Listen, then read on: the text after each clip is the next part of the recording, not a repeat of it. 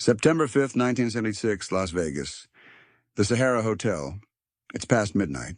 60 million Americans are watching their television sets. The biggest live broadcast of the year. Jerry Lewis stands on stage 20 hours into his annual telethon for muscular dystrophy. He's exhausted. His tuxedo is wrinkled. His eyes are red. Frank Sinatra has just finished singing.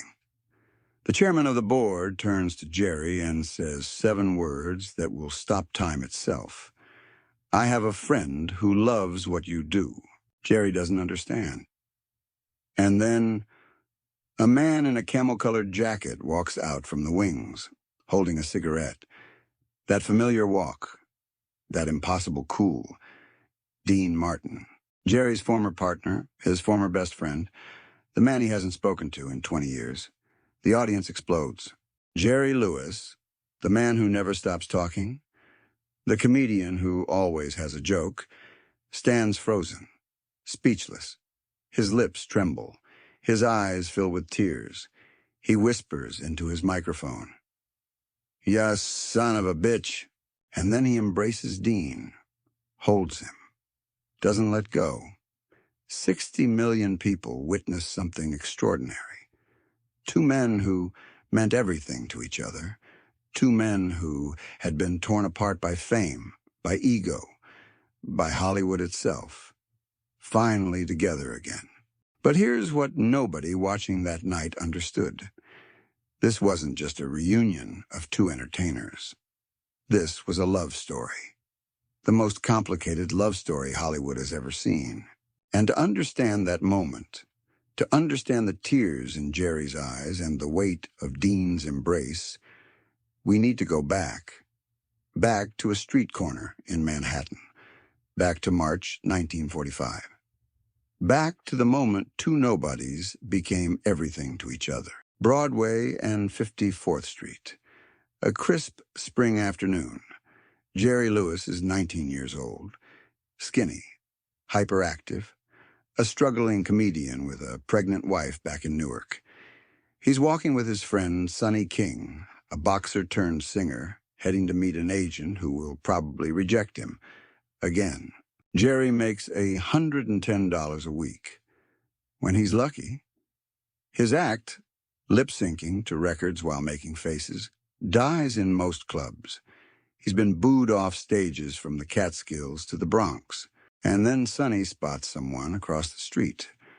A tall man, dark hair, movie star handsome, wearing a camel's hair coat that probably cost more than Jerry makes in a month. "That's Dean Martin," Sonny says. "Sings even better than me." They cross the street. Sonny makes the introduction. "Dean, I want you to meet a very funny kid, Jerry Lewis." Dean Martin smiles, puts out his hand. It's a big hand, strong, but he doesn't go overboard with the grip. Jerry will remember that handshake for the rest of his life. Dean Martin was born Dino Paul Crocetti in Steubenville, Ohio, the son of an Italian barber. He didn't speak English until he was 5. By 27, he'd already been a steel worker, a bootlegger's driver, a casino dealer, and a boxer. He broke his nose so many times he had it surgically rebuilt.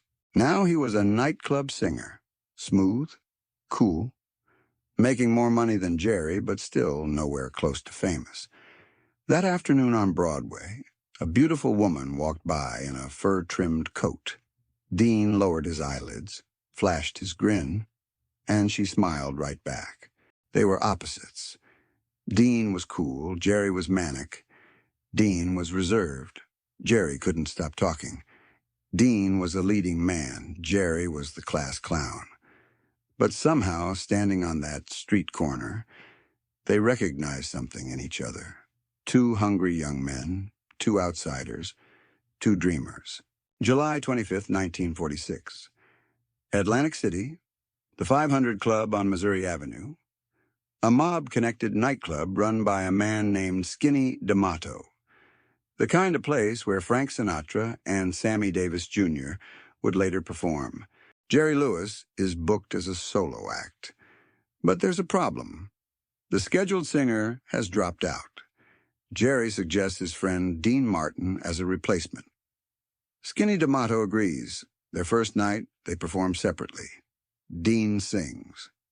Jerry does his record act. Both bomb. D'Amato is furious. He tells them, "You better come up with something funny for the second show, or you're both fired." In the alley behind the club, Dean and Jerry huddle together, desperate. They have 30 minutes to save their careers. Jerry has an idea. What if we just mess around, like we do backstage? Dean shrugs. What have we got to lose? The second show begins. Dane walks out in his tuxedo. Handsome, suave. He begins to sing a romantic ballad. And then, chaos. Jerry runs out dressed as a busboy.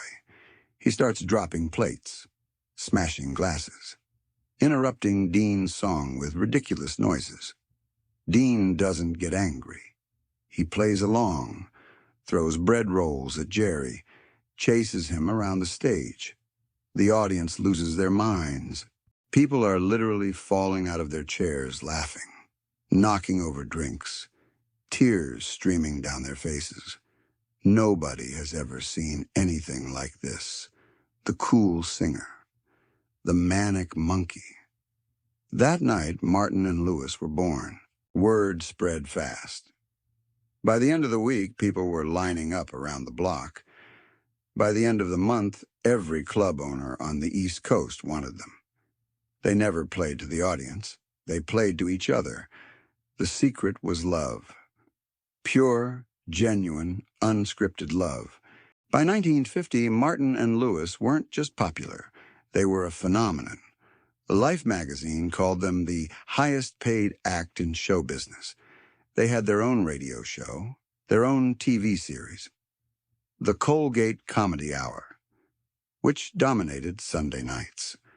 They made 16 movies, and every single one made a fortune. DC Comics published The Adventures of Dean Martin and Jerry Lewis, because they were literally superheroes to American audiences. And through it all, they were inseparable.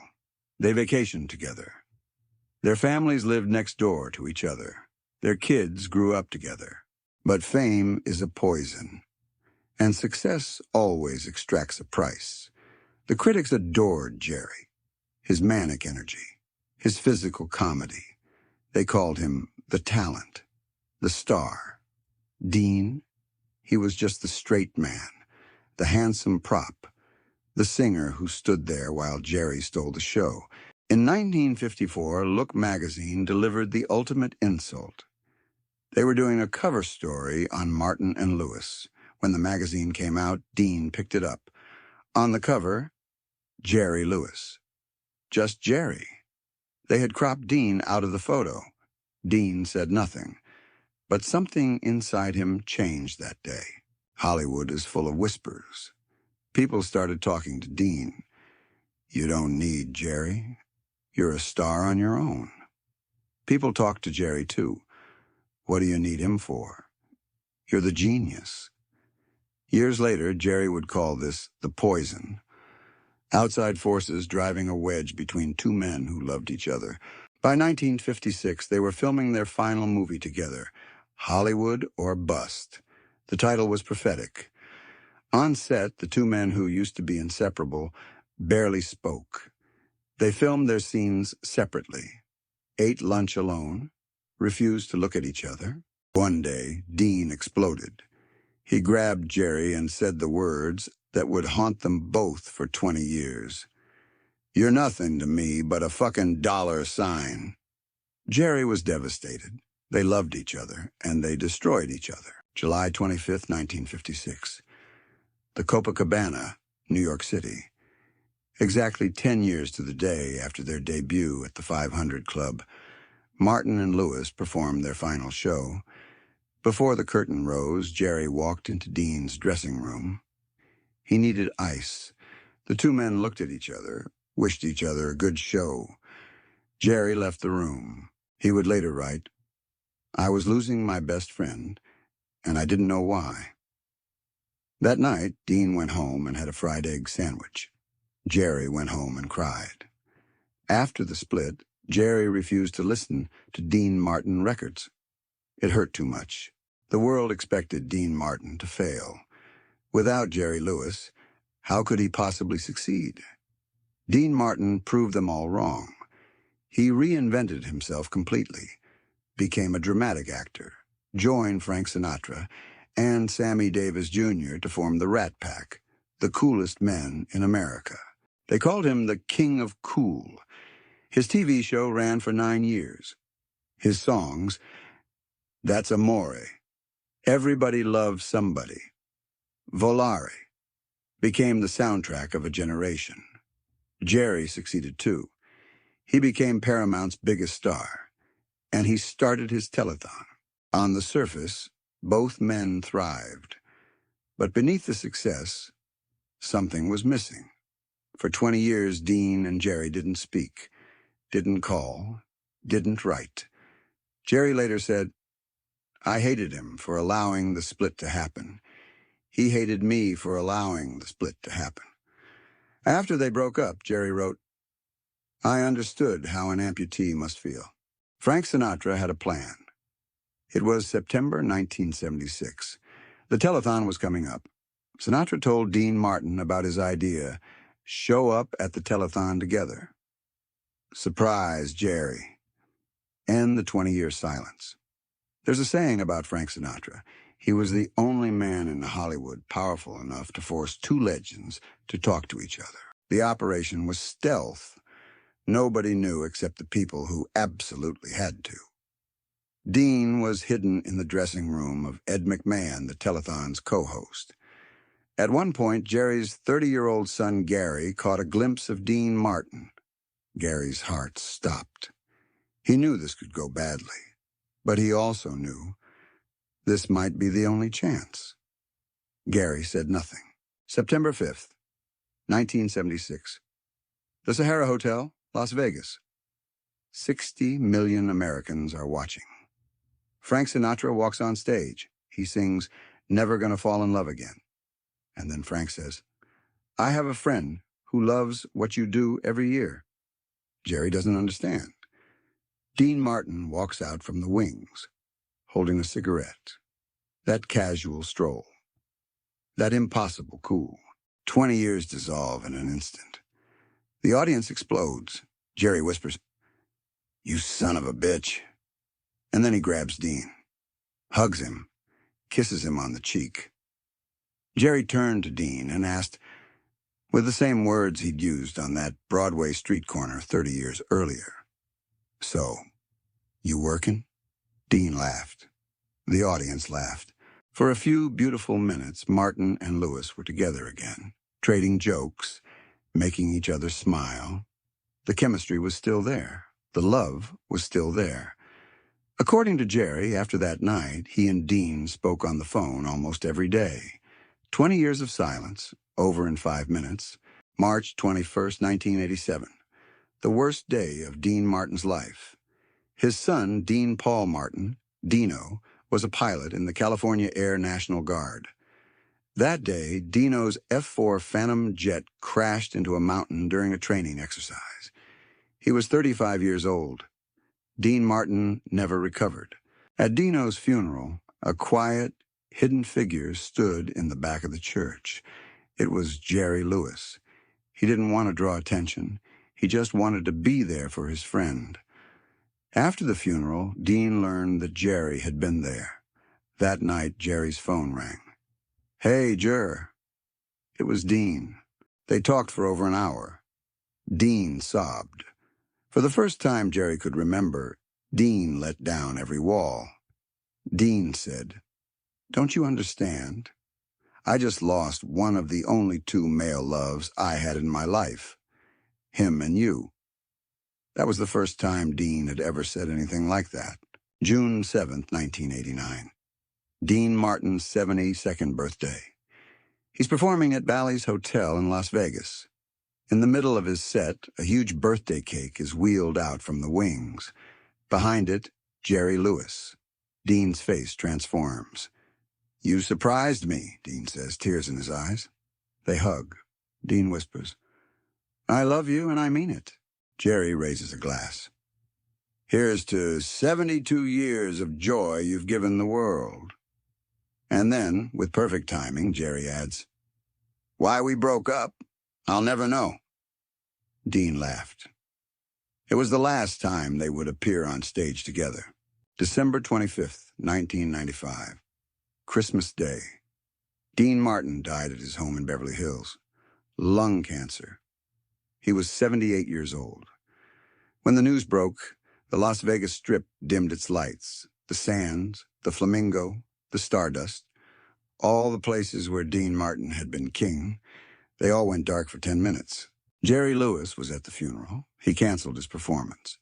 He walked into Pierce Brothers Westwood Memorial and took his place among the mourners. When it came time to speak, Jerry stood at the podium. His hands were shaking. His voice was breaking. He spoke of Dean's exquisite tranquility despite a great inner turbulence. He said Dean had steel balls. The mourners laughed through their tears. Jerry closed with words that only he could say. "Rest well, Dino, and don't forget to short-sheet my bed when I get there." He walked away from the podium in tears. In 2005, Jerry Lewis published his memoir. He called it Dean and Me, a Love Story. Not a comedy story, not a Hollywood story, a love story. In the book, Jerry writes, "I lost my partner and my best friend, the man who made me the man I am today. I miss him every day I'm still here." Jerry Lewis died on August 20th, 2017. He was 91 years old. He outlived Dean by 22 years. The lesson of Martin and Lewis isn't about show business. It's about us, about the people we love and the things we never say, about the pride that keeps us silent, about the years we waste waiting for the perfect moment that never comes. Dean Martin and Jerry Lewis spent a decade creating magic together. They spent 2 decades in silence, and they spent their final years trying to make up for all that lost time. When Jerry stood at Dean's funeral, he didn't talk about their TV shows or their movies. He talked about the man he loved. And that's what matters. That's what always matters. Not the fame, not the fortune, not the applause, just love and the courage to show it before it's too late.